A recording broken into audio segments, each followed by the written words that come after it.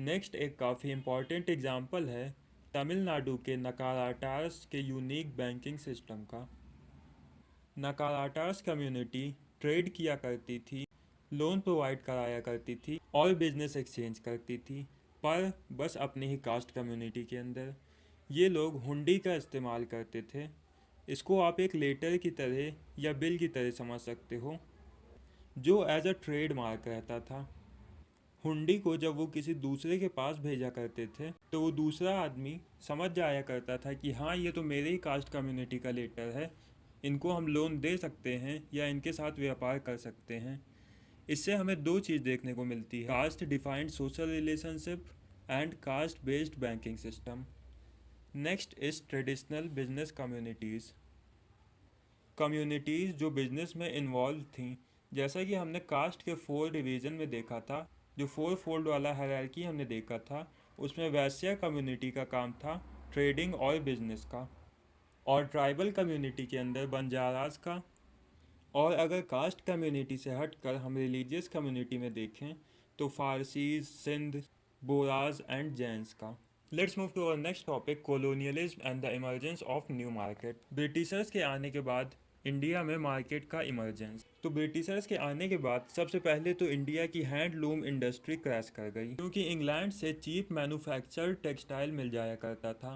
Britishers के आने के पहले इंडिया वर्ल्ड मार्केट में मैन्युफैक्चर्ड गुड्स का सप्लायर था, पर ब्रिटिशर्स के आने के बाद वो रॉ मटेरियल और एग्रीकल्चरल प्रोडक्ट्स का सप्लायर बन गया और मैन्युफैक्चर्ड गुड्स का कंज्यूमर बन गया।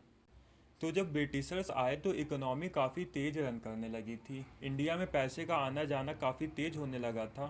लोग अब मार्केट आना शुरू कर दिए थे, नई नई अपॉर्चुनिटीज़ आना शुरू हो गई थी मारवाड़ीज। इन्हीं अपॉर्चुनिटीज़ का फ़ायदा उठाकर कुछ कास्ट कम्युनिटीज़, बिरला ने अपनी इंडस्ट्री शुरू की और वो आज भी जाने माने बिजनेसमैन कंट्री के माने जाते हैं।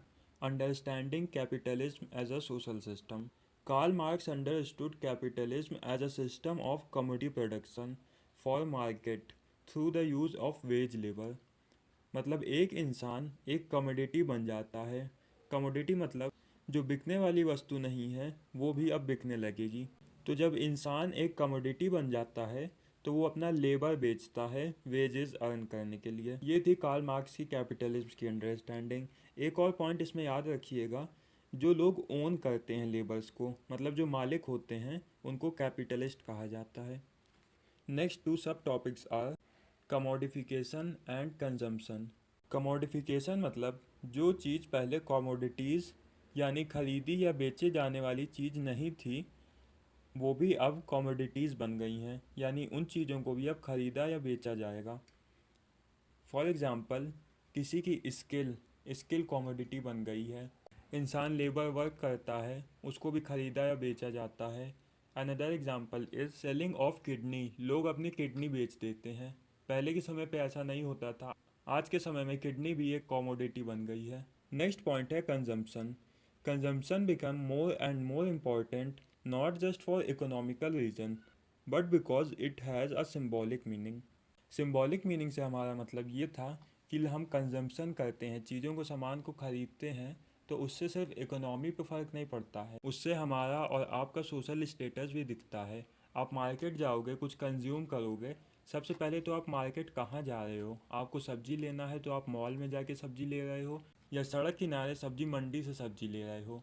फ़ोन आप ख़रीद रहे हो तो आप कीपैड फ़ोन ख़रीदे हो या टच स्क्रीन फ़ोन यूज़ कर रहे हो। तो कंजम्पशन की वजह से आपका सोशल स्टेटस दिखता है। सबसे पहले मैक्स वेबर ने स्टेटस सिंबल और कंजम्पशन के रिलेशनशिप को डिफाइन किया था। नेक्स्ट टॉपिक है ग्लोबलाइजेशन।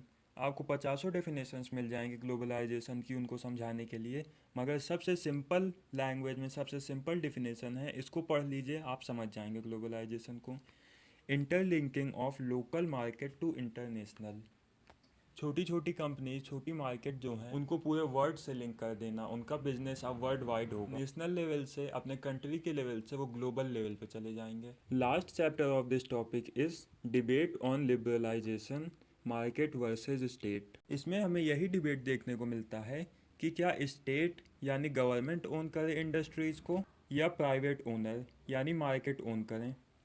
दोनों के अपने अपने कुछ फ़ायदे कुछ नुकसान हैं, मगर बेस्ट यही होता है कि प्राइवेट ओनरशिप के साथ थोड़ी इंटरफेरेंस स्टेट की भी होए। इस चैप्टर का ये पीडीएफ आपको नीचे दिए हुए लिंक में मिल जाएगा। साथ ही साथ आपको एक और लिंक मिलेगी, उस पर टैप करके आप फ्री मॉक टेस्ट हमने आपके लिए अरेंज किया है उसको दे सकते हैं। अपना स्कोर हमें कमेंट में ज़रूर बताइएगा। इसी के साथ यहाँ हम इस वीडियो को समाप्त करते हैं। आपसे मिलेंगे अगले वीडियो में। अगर आपको इस वीडियो से कुछ सीखने को मिला है या हमारे चैनल से कुछ मदद मिली है तो चैनल को प्लीज़ सब्सक्राइब कर दीजिएगा और अपने दोस्तों के साथ शेयर भी कर दीजिएगा। तब तक के लिए थैंक यू।